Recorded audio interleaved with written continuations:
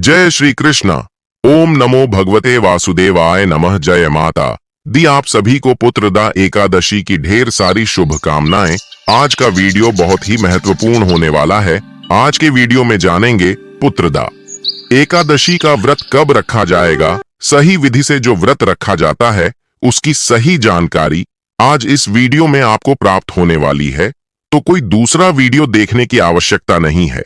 सही और सटीक जानकारी अगर चाहते हैं तो आज ही दिव्य ज्योति चैनल को सब्सक्राइब करके वीडियो को लाइक और शेयर करें, क्योंकि यहां पर आपको ज्योतिषीय गणना और पंचांग के आधार पर सही जानकारियां दी जाती है।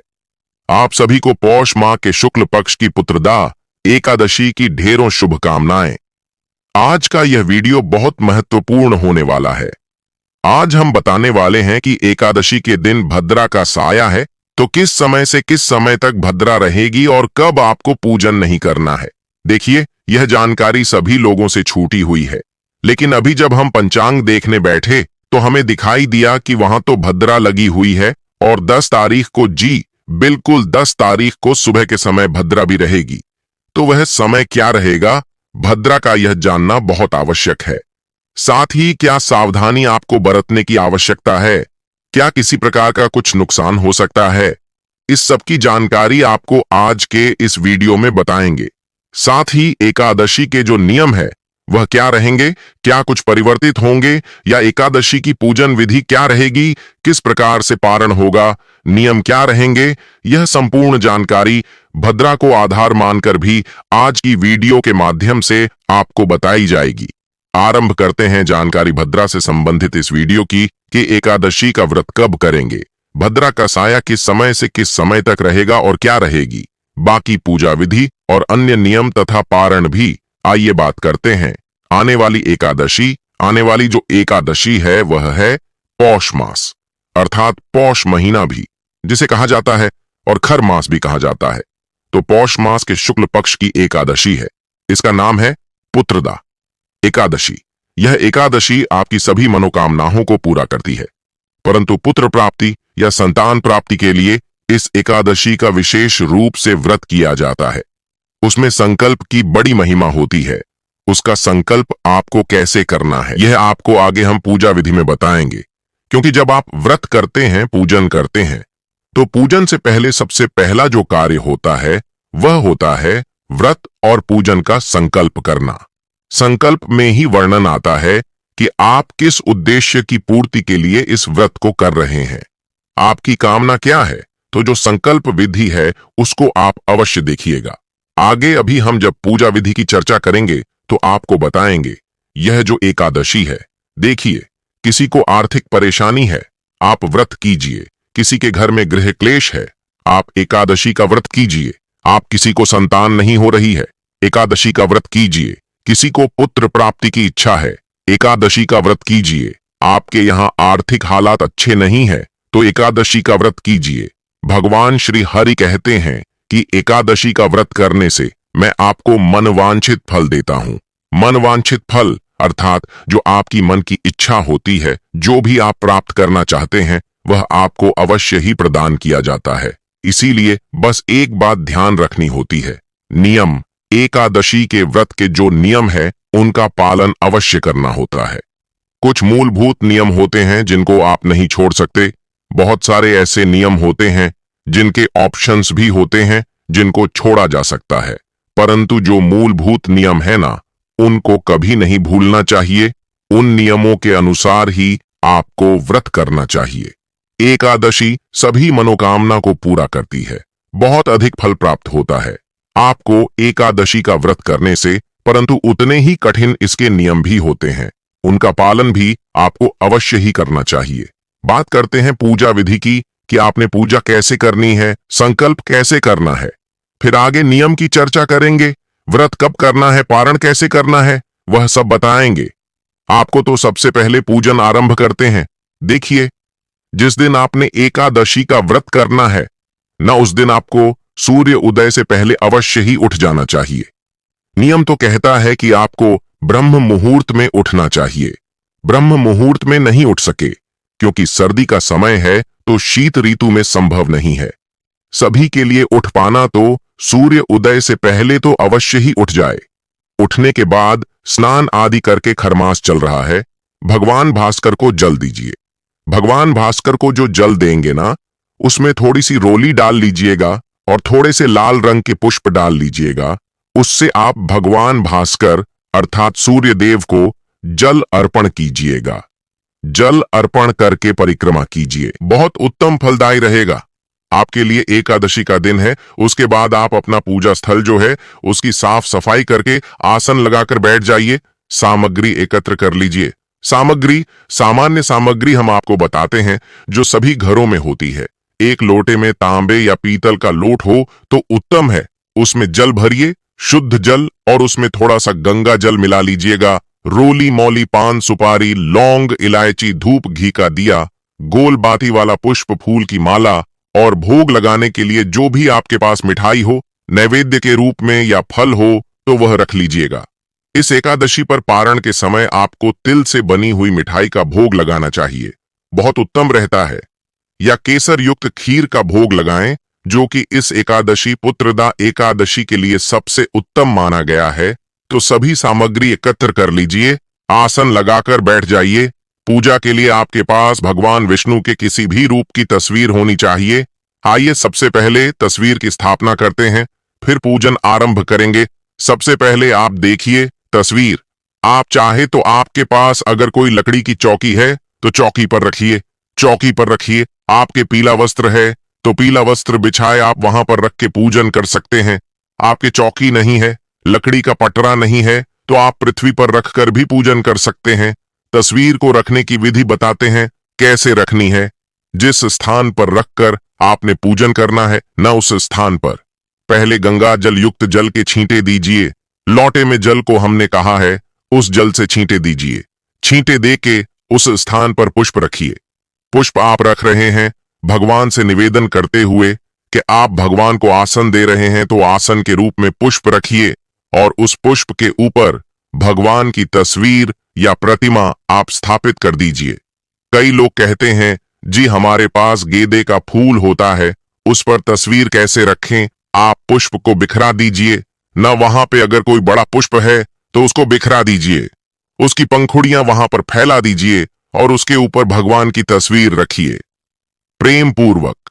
अब आप पूजन करेंगे। पूजन में सबसे पहले आपको पूजन के योग्य होना होता है, तो आप एक चम्मच लीजिएगा, चम्मच से सीधे हाथ में जल लीजिएगा। बोलिए ओम माधवाय नमः, जल पी जाइए। ओम केशवाय नमः, एक चम्मच जल और लीजिए, पी जाइए। ओम नारायणाय नमो नमः। इस प्रकार से 3 बार आपने एक एक चम्मच जल लेना है और मंत्र के साथ पी जाना है। हस्तो प्रक्षालन, अपने हाथ धो लीजिए। अब आप पूजा के लिए तैयार हैं। अपने आप को तिलक कीजिए और हाथ में मौली बांधी। यह नियम होता है, आपने कभी भी देखा होगा। पूजा पाठ जब आरंभ की जाती है तो सबसे पहले यजमान शताथाय, यजमान के हित के लिए सबसे पहले उसको पूजा के योग्य बनाया जाता है। उसके बाद ही पूजन जो है आरंभ किया जाता है। अब आप व्रत का संकल्प करेंगे।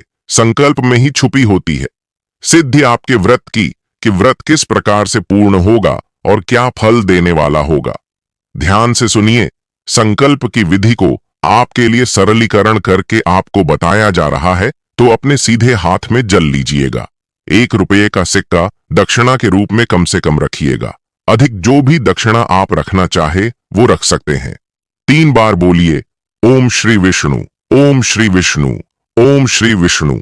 अपना नाम, जिस स्थान पर आप बैठकर संकल्प कर रहे हैं वहां का मकान नंबर, क्षेत्र का नाम, शहर का नाम, पौष मासे शुक्ल पक्षे एकादश याम पूर्ण तिथि अमुक वासरे, जो भी वार है वह वार बोलिए। अमुक कामना सिद्ध, अर्था है पुत्र प्राप्त, अर्था या संतान कामना प्राप्त, अर्थयंत्र धन संपत्ति प्राप्त, अर्था है सुख संपत्ति प्राप्त, अर्था है आरोग्य प्राप्त, अर्थयंत्र अर्था है या पुत्र प्राप्त। अर्थ है जिस भी उद्देश्य से हम व्रत कर रहे हैं वो आप वहां पर बोलिएगा।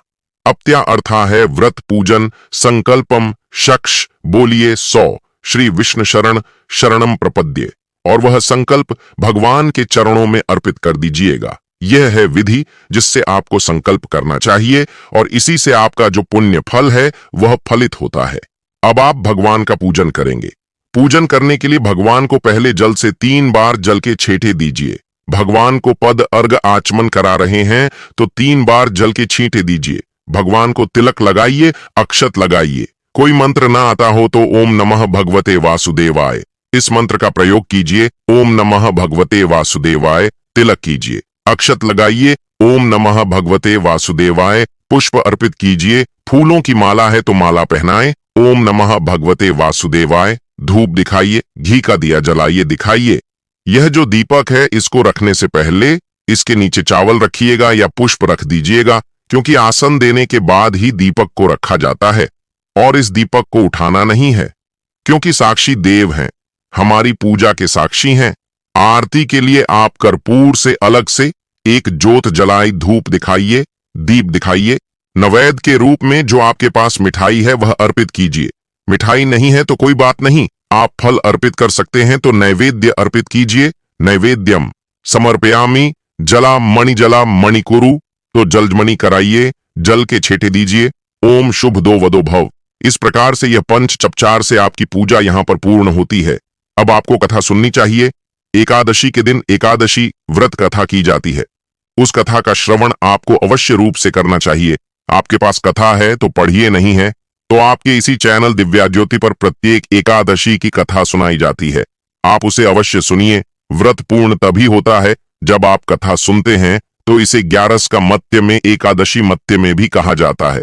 ये जो पौराणिक कथा है जिसका वृतांत आता है, प्रत्येक एकादशी की अलग कथा होती है, परंतु उसके जो सूत्रधार हैं वो एक ही हैं। भगवान श्री कृष्ण सुनाते हैं महाराज युधिष्ठिर को। इसी प्रकार से पुत्रदा एकादश की कथा आप इसी चैनल पर सुनिए। यदि आप चैनल पर नए हैं तो चैनल को सब्सक्राइब कर लीजिएगा। उससे आपको क्या लाभ होगा कि आपको सही जानकारियां समय से प्राप्त होती रहेंगी।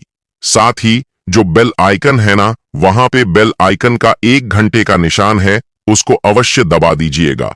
उससे क्या होगा, जैसे ही हम वीडियो यहां अपलोड करेंगे आपको नोटिफिकेशन मिल जाएगा, आपको जानकारी मिल जाएगी कि दिव्या ज्योति चैनल पर नया वीडियो आया है। आप उसको खोल के देखिएगा, काम का होगा तो देख लीजिएगा, नहीं तो आप रहने दीजिएगा। इसीलिए सब्सक्राइब कीजिए चैनल को और उसमें बेल आइकन को दबा दीजिए, जिससे कि कोई भी इंपॉर्टेंट जानकारी आपसे छूटेगी नहीं, महत्वपूर्ण जानकारी आपसे छूटेगी नहीं। कथा सुनिए, कथा सुन के आरती कीजिएगा और फल का भोग लगाइए, बंधु बांधव में वितरित कीजिएगा। उसके बाद अपने दैनिक कार्यों को करते हुए दिन को व्यतीत कीजिएगा। नियम अनुसार आपको किसी के साथ वैर भाव नहीं रखना है, किसी के साथ अपशब्दों का प्रयोग नहीं करना है, किसी का अहित नहीं करना है, किसी के साथ द्वेष की भावना नहीं रखनी है और किसी पर क्रोध नहीं करना है। घर में क्लेश नहीं होना चाहिए। शांति का वातावरण आपने रखना है, जिससे कि भगवान की पूजा हो रही है। भगवान आपके घर में विराजमान है तो माहौल अच्छा होना चाहिए। इस प्रकार से दिन को व्यतीत कीजिए। सायंकाल को संभव है तो कीर्तन कीजिए। प्रभु को कीर्तन अति प्रिय है। भगवान श्री हरि स्वयं कहते हैं कि उन्हें एकादशी व्रत और कीर्तन बहुत अधिक प्रिय है। तो आप कीर्तन कीजिएगा और कीर्तन के बाद जागरण कीजिएगा।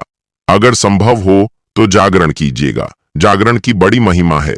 जब आप कथा सुनेंगे ना, तो इस एकादशी में वर्णन भी आता है कि किस प्रकार से एक रात्रि एकादशी का जागरण आपके सभी पापों का नाश कर देता है। तो जागरण कीजिए और अगले दिन सुबह सूर्य उदय से पहले पारण के लिए अवश्य उठ जाइए। इस प्रकार से आपको दिन व्यतीत करना है, रात्रि व्यतीत करनी है। सबसे महत्वपूर्ण नियम इसमें ब्रह्मचर्य का होता है, उसका आपको अवश्य ही पालन करना चाहिए। ब्रह्मचर्य का नियम किसी भी प्रकार से ना टूटे, चाहे आप शादीशुदा हैं, ग्रस्त जीवन में है, किसी भी जीवन में है। इस नियम को आपको मजबूती से निभाना है।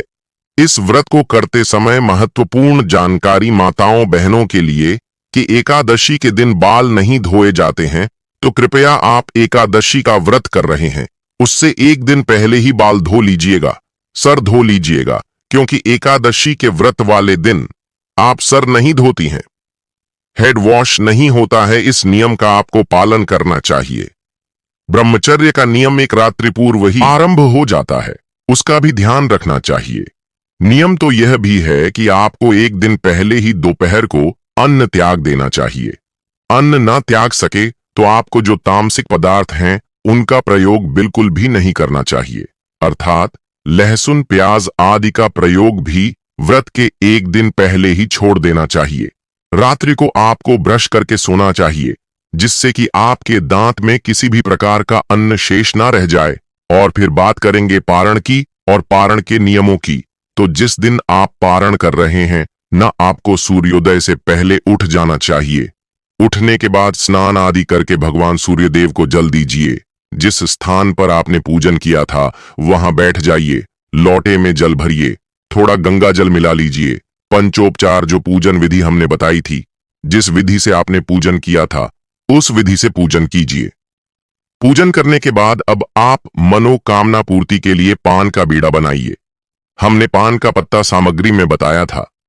पान का पत्ता उसकी डंडी तोड़ लीजिए, 2 लौंग 2 इलायची और 1 सुपारी रखिए। पान का बीड़ा बनाइए, हाथ जोड़कर निवेदन कीजिए। बीड़ा हाथ में लेकर भगवान से जो आपकी इच्छा है, मनोकामना है, उसके लिए निवेदन कीजिए और भगवान को ओम नमः भगवते वासुदेवाय मंत्र 5 बार बोलते हुए जपते हुए अर्पित कर दीजिए। आप देखेंगे कि इससे भगवान का आशीर्वाद प्राप्त होगा और भगवत कृपा से आपकी वह मनोकामना शीघ्र ही पूरी होती दिखेगी। यह एक अचूक उपाय है जिसको बहुत लोगों ने किया है और उन्हें लाभ हुआ है। आशा करते हैं आपको भी इससे लाभ होगा। वीणा अर्पित करने के बाद अब आप भगवान को पारण का भोग लगाएंगे। पारण में आपको पीले चावल का भोग लगाना चाहिए। पीले चावल का विधान सभी एकादशियों के लिए रखा है। साथ ही अगर आप इस एकादशी की बात करें पुत्रदा एकादशी की, तो आप केसर युक्त खीर बनाइए। खीर बनाइए, उसमें केसर डालिए और उसका भगवान को भोग लगाइए। अगर वह ना हो तो आप फल का भोग लगा सकते हैं, या फिर आप घर में जो भी साधारण भोजन बनाएं, सात्विक भोजन, उसका आप भोग भगवान को लगाइए। थाली सजाइए, भगवान के सामने रखिए, उसमें एक तुलसी का पत्ता रखिए, तुलसी दल रखिए। भगवान से प्रेम पूर्वक भोजन का निवेदन कीजिए कि प्रभु प्रसाद ग्रहण करें। भगवान को भोजन कराने के बाद जल जमनी कराइए और जो प्रसाद है उसको बाग के प्रसाद में मिला दीजिए। अब आती है अंतिम प्रक्रिया, जिसे हम पुष्पांजलि कहते हैं। यह बहुत आवश्यक प्रक्रिया है और किसी भी व्रत की सफलता इसमें निहित होती है। पुष्पांजलि करने के लिए खड़े हो जाएं, अपने हाथों में पुष्प लीजिए। हम यहाँ से मंत्र बोलते हैं और जैसे बोलते हैं वैसे वैसे आप निवेदन करते जाइएगा। आवाहन न जाना विसर्जन पूम जवम न जानामि। समताम परमेश्वर हे प्रभु, न हम आपका आवाहन जानते हैं, न पूजन जानते हैं, न विसर्जन जानते हैं। अज्ञानी जीव है, जैसी बन पड़ी है वैसी सेवा आपके श्री चरणों की है। इसमें जाने अनजाने में कोई गलती, कोई त्रुटि, कोई भूल हमसे हो गई हो तो प्रभु आप दया सिंधु हैं, हम आपके दर के भिखारी हैं। हमारी जाने अनजाने की गलतियों को क्षमा करते हुए दया का आशीर्वाद प्रदान कीजिए और हमारी इस मनोकामना को पूर्ण कीजिए। इसके निमित्त आपको अर्पित करने के लिए हमारे पास कुछ नहीं है। तन मन धन सब आप ही का है। हमारे पास क्या है? मालती मलका जाति सतपत्रा संयुक्तम पुष्पांजलि मया दत्ता ग्रहण परमेश्वर। यह पत्र पुष्प की भेंट है प्रभु, इसे स्वीकार कीजिए और वह पत्र पुष्प भगवान के चरणों में अर्पित कर दीजिए। भगवान को दंडवत प्रणाम कीजिए। इसके बाद आपकी पूजा यहाँ पर समाप्त होती है। अब आपको किसी ब्राह्मण को दान दक्षिणा आदि देना चाहिए। ब्राह्मण को भोजन कराना चाहिए और दान दक्षिणा आदि देकर विदा करना चाहिए। अगर आप भोजन ना करा पाए तो आप खाद्य सामग्री भी उसको दान दे सकते हैं। ब्राह्मण के निमित्त एकादशी पर दान का बहुत अधिक फल है। आपको अवश्य रूप से दान करना ही चाहिए। आप मंदिर में दान दें आइए, या जो भी कोई योग्य ब्राह्मण है जो कर्मकांड करता है उसे आप इस प्रकार का दान दें। दान आदि का कार्य करने के बाद अब आपको व्रत का पारण करना है। पारण का समय आपको बताएंगे, उससे पहले नियम बताते हैं कि आप पारण के लिए बैठ जाएं। ओम नमः भगवते वासुदेवाय मंत्र का 5 बार जाप करें, तुलसी का पत्ता मुंह में रखें और व्रत का पारण करें। अब बात आती है कि पारण करना कब है, समय क्या रहेगा। व्रत करना कब है, समय क्या रहेगा, और पारण का जो समय है वह निर्धारित कैसे होता है, इसका नियम क्या है। देखिए, जो पारण है ना, उसके 3 मूलभूत सिद्धांत हैं जिनका हमें पालन करना चाहिए। बाकी कुछ मानो या ना मानो, शुभ मुहूर्त भी ना देखो तो चलेगा, पर इन सिद्धांतों को मानना पड़ेगा। पहला पारण व्रत के अगले दिन सूर्योदय के बाद किया जाता है, द्वादशी तिथि में किया जाता है और द्वादशी तिथि के पहले 3.5 घंटों में नहीं किया जाता है, क्योंकि वह हरिवासर का समय होता है। तो मुख्य रूप से इसका ध्यान रखना है आपने कि जो हरिवासर का जो गलती होती है ना, वह यहीं पर होती है। क्योंकि कई बार क्या होता है कि द्वादशी तिथि सुबह आई होती है, 5 बजे, 6 बजे या कई बार 7 बजे तक द्वादशी लगती है अगले दिन, और उस स्थिति में हरिवासर में ही आप अपना व्रत खोल देते हैं। अर्थात आपने सूर्य उदय के बाद 8 बजे व्रत खोल लिया, 9 बजे व्रत खोल लिया और उस समय चल रहा है हरिवासर का समय, तो वह व्रत खंडित होता है। क्योंकि नियम है कि एकादशी का जो व्रत है वह हरिवासर का समय निकलने के बाद पूरा माना जाता है। अर्थात द्वादशी तिथि के पहले 3.5 घंटे भी व्रत में ही रहने चाहिए। इस बात का आपको विशेष ध्यान हमेशा रखना है और इसी के आधार पर हम आपको बताते हैं कि पारण का समय क्या है। इसीलिए हम प्रत्येक एकादशी पर पारण का एक अलग से वीडियो बनाते हैं, व्रत वाले दिन उसको अपलोड करते हैं कि भाई पारण इस प्रकार से करना है, इस एकादशी की यह विधि रहेगी, द्वादशी इतने बजे से लगेगी तो आप पारण इस समय पर ही कीजिएगा। यह हम आपको बताते हैं, तो चैनल पर इस चीज का ध्यान रखिएगा ताकि आपको सभी वीडियोस मिलते रहे। आप बेल आइकन को दबा दीजिए, घंटे के निशान को, उससे लाभ होगा कि जो वीडियोस हैं वह आपको सारे के सारे मिलते रहेंगे। अन्यथा बहुत सारे वीडियोस आपको दिखते नहीं है और अब वह जो महत्वपूर्ण जानकारी है वह छूट जाती है। अब बात करते हैं कि व्रत कब करना है और पालन का शुभ समय क्या रहेगा। देखिए, एकादशी तिथि जो है ना, यह पौष मास के शुक्ल पक्ष के एकादशी तिथि यह आरंभ हो रही है 9 जनवरी को दोपहर को 12:20 पर, और यह 10 जनवरी को सुबह 10:11 पर समाप्त होगी। ऐसे में उदय तिथि के अनुसार 10 जनवरी को एकादशी है और 10 जनवरी 2025 को ही पुत्रदा एकादशी का व्रत रखा जाएगा। इसका पारण जो है आप 11 को करेंगे। अगर शुभ मुहूर्त की बात करें तो ब्रह्म मुहूर्त का समय रहेगा 5:27 से और 6:21। अभिजीत मुहूर्त उत्तम रहता है, वह समय रहेगा 1:28 से और 12:50 से और 1 बजे तक रहेगा। यह भी पूजा के लिए बहुत ही शुभ समय माना जाता है। अब बात करते हैं उस अशुभ काल की जिसका साया इस बार एकादशी पर पड़ रहा है। देखिए, एक तो होता है राहु काल, वह तो होता ही है, प्रत्येक एकादशी पर होता है, उसमें कुछ नया नहीं है। तो वह समय रहेगा 11:11 से और 12:29 तक। पर एक साया जो है वह है भद्रा का। इस दिन भद्रा भी रहेगी, और भद्रा आप जानते ही हैं कि भद्रा में कोई भी शुभ कार्य नहीं किया जाता है, किसी प्रकार का पूजा पाठ नहीं किया जाता है। तो आपको उस अशुभ काल से बचना है। वह समय रहेगा सुबह 7:55 से और 10:19। यह समय भद्रा काल का समय है, इस दिन 10 जनवरी को। तो इस समय में आपको एकादशी व्रत का पूजन नहीं करना है, आप इससे बचिए। बात करते हैं पारण की, तो पारण के लिए शुभ समय रहेगा 11 जनवरी 2025 को सुबह 7:11 से और 8:20 तक। यह थी जानकारी एकादशी के बारे में कि एकादशी किस दिन है, व्रत किस दिन किया जाएगा, पारण कब करना है, विधि क्या है।